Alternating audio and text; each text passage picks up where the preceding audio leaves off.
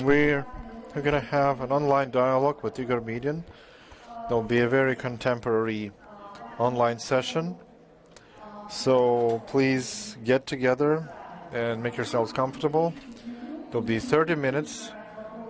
We're not going to take questions from the audience. It's going to be free discussion, mostly me and Igor, about business, the transformation of the recent times,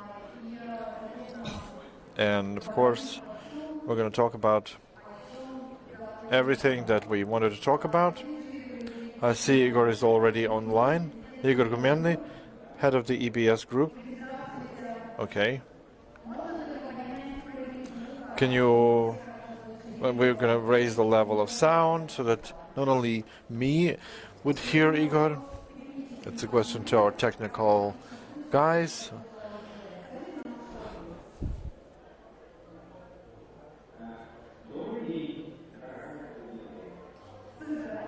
Hello, great audience. Right, we hear you.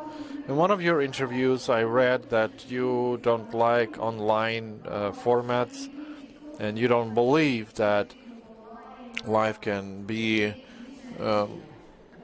fully online. You believe in personal communication. Yeah, that's true.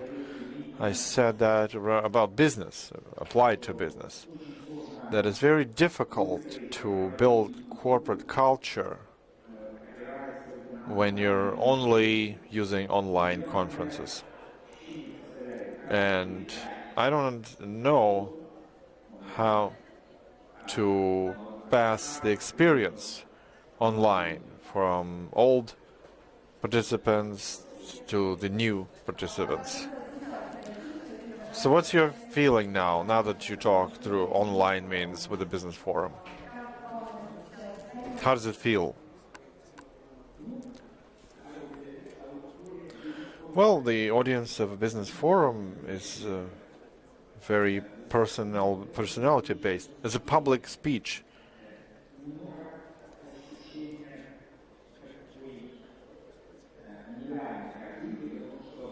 It's a bit surreal, because when you talk publicly, you see everybody's eyes, you see the impact of what you're saying, and sitting behind the screen, I can only guess what the reaction is. Okay, let's try anyway.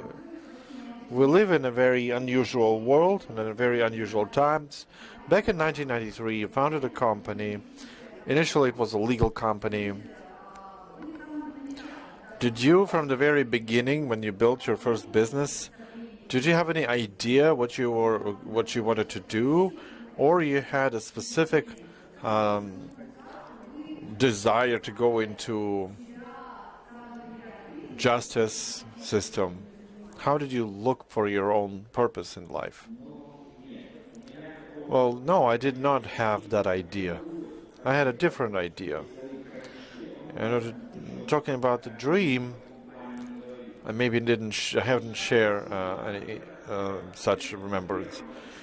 I've always had a dream. Back in 1991, there were improvised book markets, and in our legal academy, I bought a rare book which described about first banks, the tulip bubble in Holland, the fever, the stock market crash with Waterloo, the Rothschild, and the book ended with the history of Apple.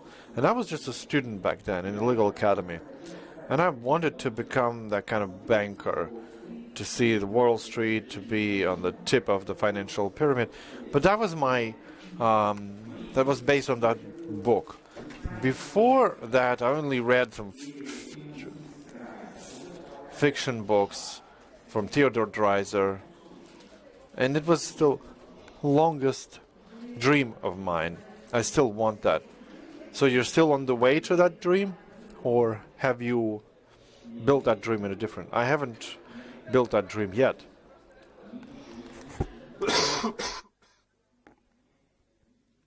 We're not on the pinnacle yet. We are on the way there. So what kind of pinnacle do you see personally and for your business? I don't quite distinguish my personal pinnacle and my business pinnacle. Business is part of my life, it's life itself, and maybe family and my business is the same.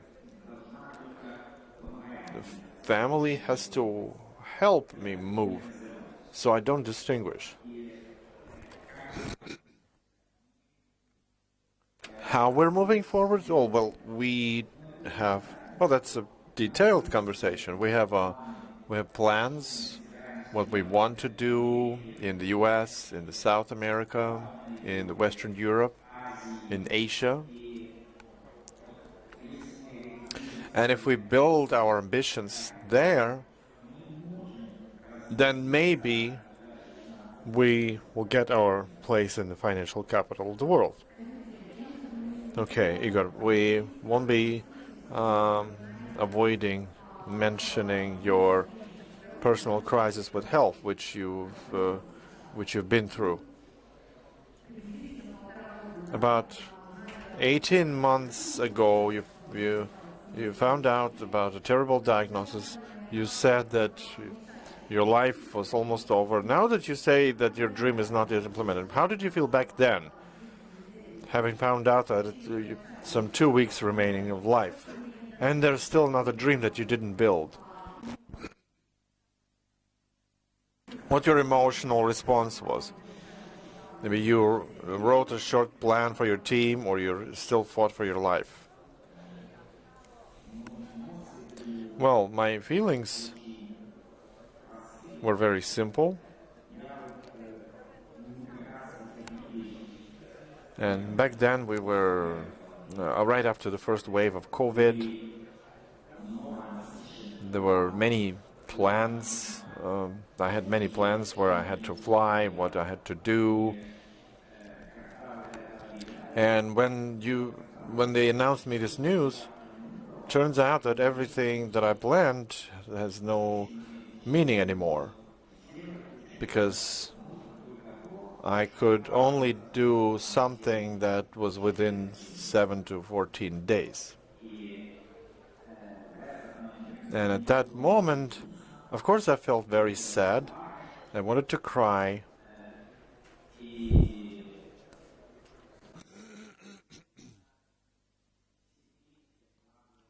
And of course, everything that I did, I thought within that short period of time. As for the instructions that I gave out to my team, yeah, of course, in the first day I wrote what they had to do. I wrote the whole evening, and I ended writing it on the airplane to Berlin. They didn't write anything super new. I just set on paper something that we were moving toward all the time before.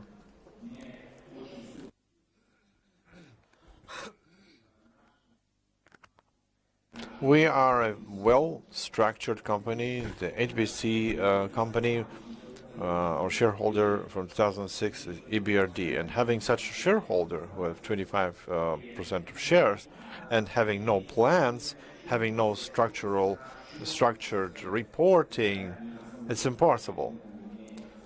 Therefore, we were drilled to the max to plan everything and to act on what's planned. So it was all written out before. And even at the time that I didn't participate in managing the company, because after I got into the hospital, I first was in a medicated coma, more than 40 days. Then, of course, I couldn't fully participate. About 6 months in management, I learned to walk and speak from scratch. And everything was moving around me. And then everything restored after that crisis. We continued to expand everything that we've planned. We continued doing that. But that's because the European Bank of Reconstruction and Development drilled us to do that. That's thanks to them we are very much structured. So there are two approaches to difficult life testing. So one is why it's happening to me, and second, what do I have to learn? What's the purpose of this? So what was the purpose of that happening for you in a successful period of life? Why do you think it happened?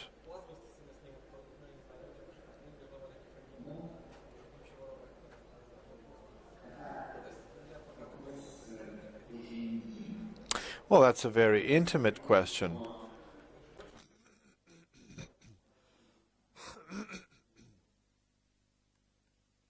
German doctors told me that the fact that I survived was half miracle.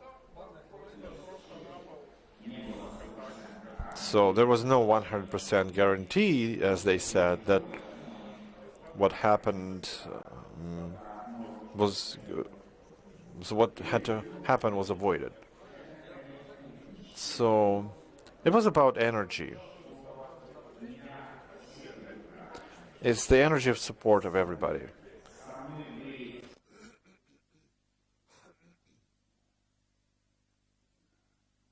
All my friends were with me. I've been married 3 times, and all 3 of my wives were with me.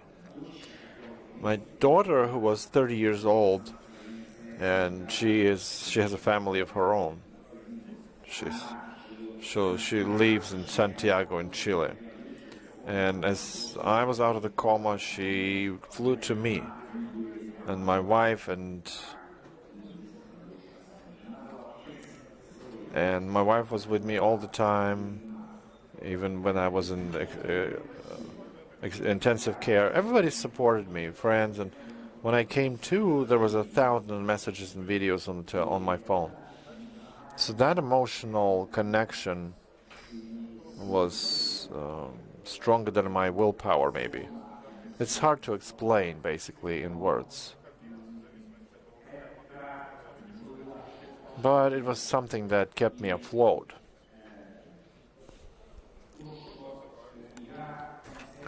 And I really started believing in God back then, because I was a Christian before, I was baptized, but I was more of a garden variety passive Christian. Now I have a complete understanding that there is some kind of force behind me that is doing things for me. Thanks a lot. Thanks a lot for sharing that. How do you build a type of business that's going to work without the main leader who decides everything? Because people around you, they say that you are in all the decision-making process. You're not delegating a lot. Do you have to find the EBRD that's going to invest and force you to build the process, or is it some kind of internal strive to order? Do you have any advice? How to be for the business if the owner drops out of the processes for some period of time? I think if talking about my business, I myself is an entrepreneur, and all my life, entrepreneur is someone who is responsible for all the processes, owner of all the processes. And I am in the foundation, at the very root of decision making, but in terms of operational activities, I am not a managing person. I always hire people who can do that.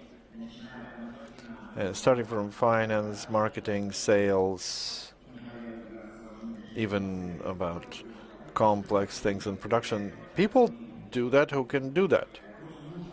It's just that you need to structure these processes. EBRD, though, it helped us to formalize and structure the processes properly. I think it's a kind of a dry explanation, but that's how it was, and that's how it is.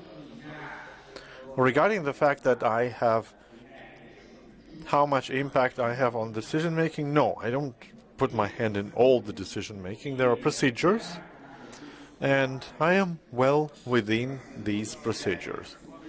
If you take the structure of our business, then we are a holding, and I'm a president of the holding. There's only a financial department who is responding to me and reporting to me. IT department, security, and we also have part of our innovation department with IT. All the other directions are managed by separate divisions. And it's great, it's a well-structured business. And we structured it under the EBRD, under their requirements. They made us cry, they made us suffer, but we had to do it. So the first ingredient that you said it's people. You hire managing people who you can rely on, but that's the most difficult. How do you select those people? Do you grow them? Is there a farm somewhere? Or you get them already mature? How to properly select people in order to avoid mistakes? How you find people who you can trust? We are a company that is organically growing and has grown organically. Initially, my style of doing business is I'm only doing the things that I understand intuitively, that I understand, that I know all the ins and outs. Understand how it's working, where's the key factor of added value, where it's moving, how it's going to change in some time. Then there's structurization of this understanding. And we've always grown gradually. And the whole of our personnel was growing with us. We're hiring people from students, and they grow and they achieve some growth within the company, starting from my partners in business, Igor Gumennyy, Alexander Gumennyy, their managing partners, one responsible for production, another one for sales. They grew up in this business from the very beginning. My partners in restaurant business. And inside the company, we're growing. Yeah, we have our own system of training, instruction, mentoring, coaching. All these things are separate discussion. And some 90% we build our own employees. Because we've been from 1993. All of our directors, but in Chile to Shanghai, all of them grew in the company, all moved in the company. But of course, we cannot grow everybody. Like financial department, of course, we invite some experts on accounting, analytics, accountants. We invite the technologists. If we built a new factory, we cannot grow engineers who only do these things. So, and we did that back in the 90s. And we started building distribution. We brought from Germany managers who understood what's operational business. Not just copied. We just copied what they said. When we built the first factory, we invited the chief engineer from Whirlpool, who showed us how to build production lines. So in some key things, we bring foreign experts, but I think 90% of the employees are those that grew up from within the company. Your motivation about your employees and the parties that you throw, it's legendary. It's the stuff of legends. The encouragement, the golden peas golden pears. So you entered some other markets. You have a manager in Mexico that dances great. I saw it on Facebook. How different it is to find people in different cultures, from finding people in Ukrainian culture where everything is clear, where a cultural code is clear. And now suddenly you're in Mexico a Mexican who dances in Ukrainian embroidery shirt. How different is the encouragement system, career promotion system in other markets where you work nowadays? Oh, the Mexican you're talking about, he's not a Mexican, he's from Ecuador. We found him in Vinnytsia. He was studying there on some technological department in Vinnytsia Institute. In order to find the Spanish-speaking managers, we hire Spanish-speaking students. In order to find the Chinese, we find students from China. So that Ecuadorian guy, who is a great salsa dancer, and he gave us lessons of salsa dance. He used to be a student in Vinnytsia. We invited him to our factory in Vinnytsia. Then, in a year, we took him to Kharkiv, to our central office. I think he went to Mexico some 3 years after working in our company. He went there with some UBC signature. Like I have here the golden cup. We have 7 levels there.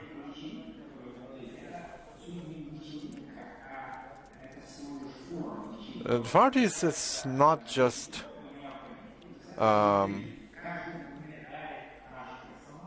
it's not just a party, like a calendar.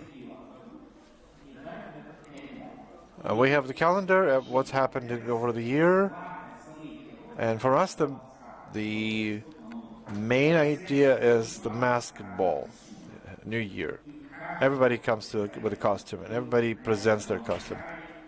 And so, on the president's masked ball, in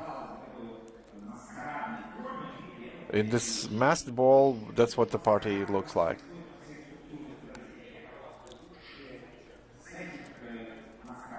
So from the best masked ball, we bring together the main masked ball. So that's the element of our culture. So who came up with all this system of encouragement? Who came up with that? I wanted to say it's me, but it's not that.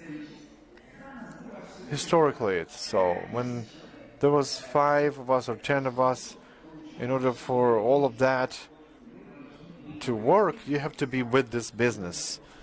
You have to sleep, wake up. It's like the child's play.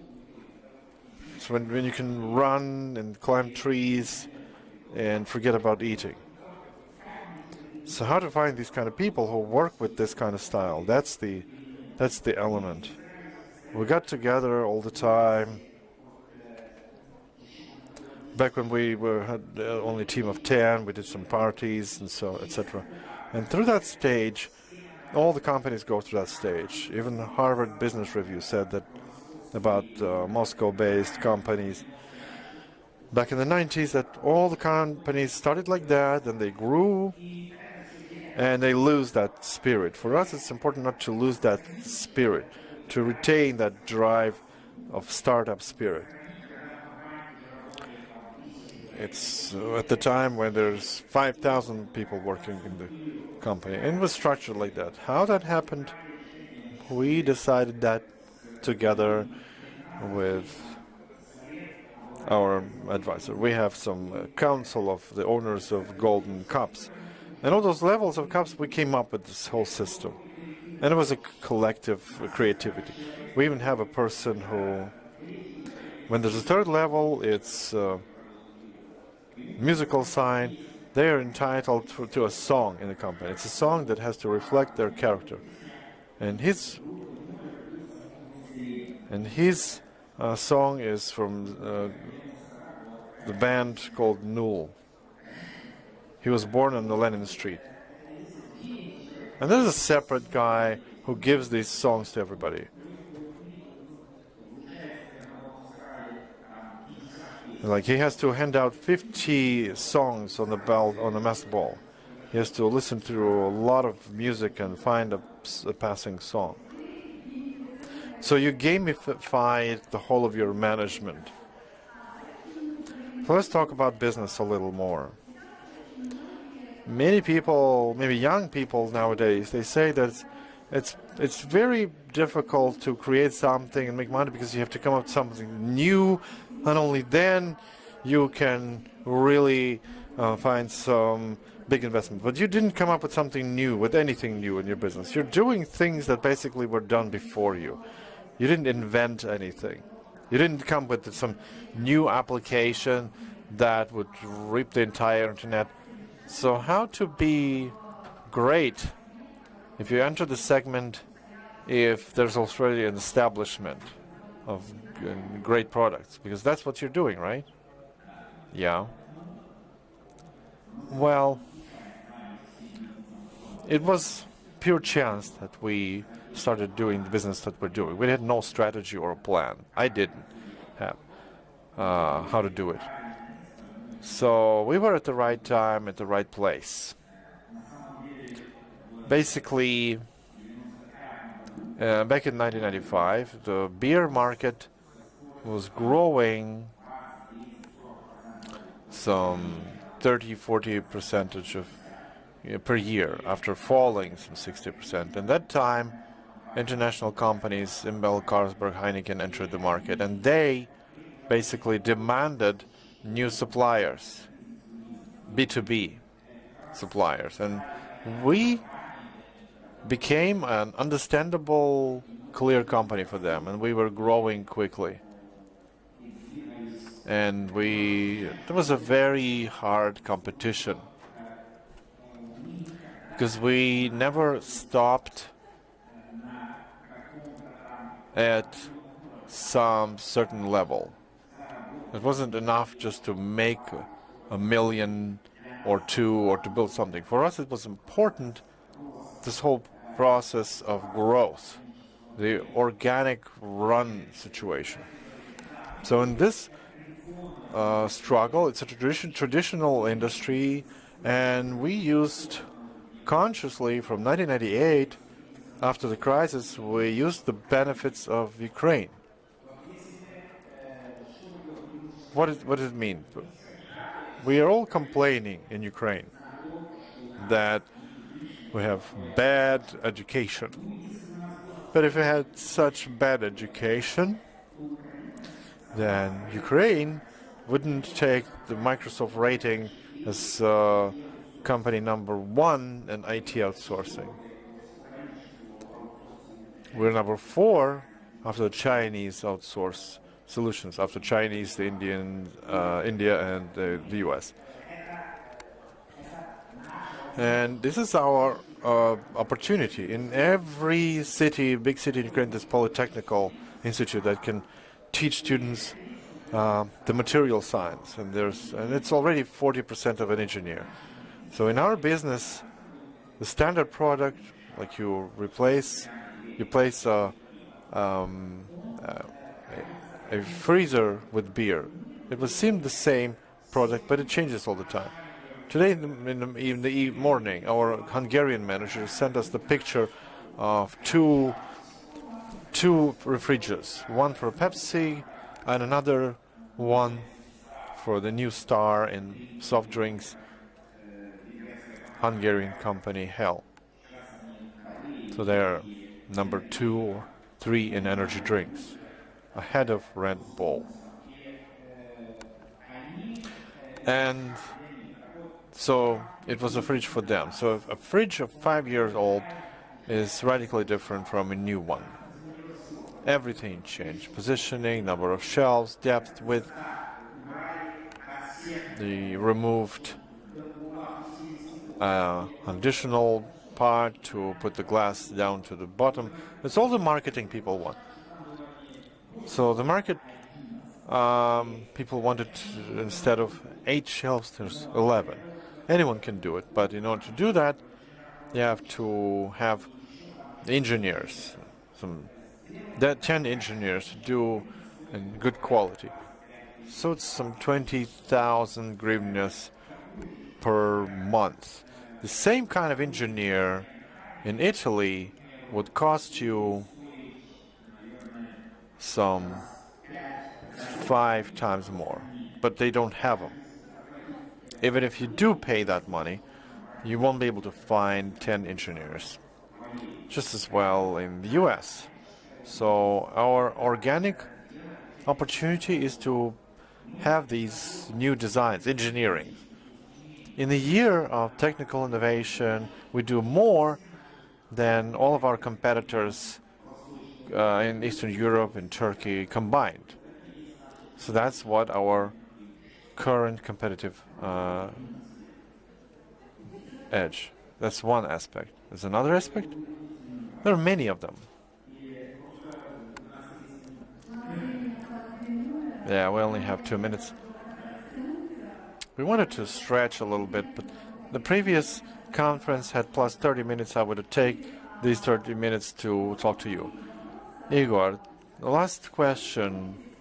You are in the list of 100 most influential people in Ukraine. What do you influence on? I would have asked this question. I don't know. So maybe you have a hunch. What can you influence in Ukraine?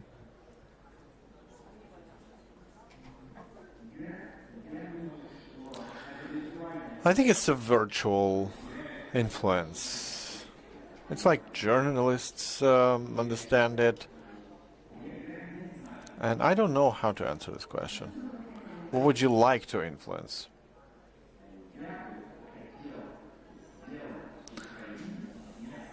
Ukraine should be a place to enjoy life in. So that my kids would want to live in Ukraine. Now, this money of golden cops that work in our company, my kids, all the top. The company pays for the children of our top managers abroad. Most of them don't want to come back to Ukraine. We're talking about dozens of people. They get education in England, and they want to stay there. I would want the situation in Ukraine be so that they would want to stay in Ukraine. So there is no such shameful situation where our people go to earn money abroad, bring that money here, some $15 billion, direct foreign investment. Compared to that, it's only $2 billion per year. That's a big shame. And if I could influence anything, I would have changed this policy and this atmosphere. This is a big discussion, potentially. There are several points in here. But that's a great wrap of our session, basically. We ran out of time, and I think it's very positive. So, to make Ukraine the place that children want to go back to is a great dream. So thank you for your time. You're a great person to talk to. There's a round of applause to you. Yeah, too bad that I don't see the audience. My friend Stavnica sends me some pictures. Unfortunately, I didn't see the audience. I would love to see you all. We will send you the pictures. We will Photoshop more people. Andriy was passing here. I was waving my hand back to him. So thanks a lot. Wish you great return to masked balls thing, and hopefully next year we'll see you offline.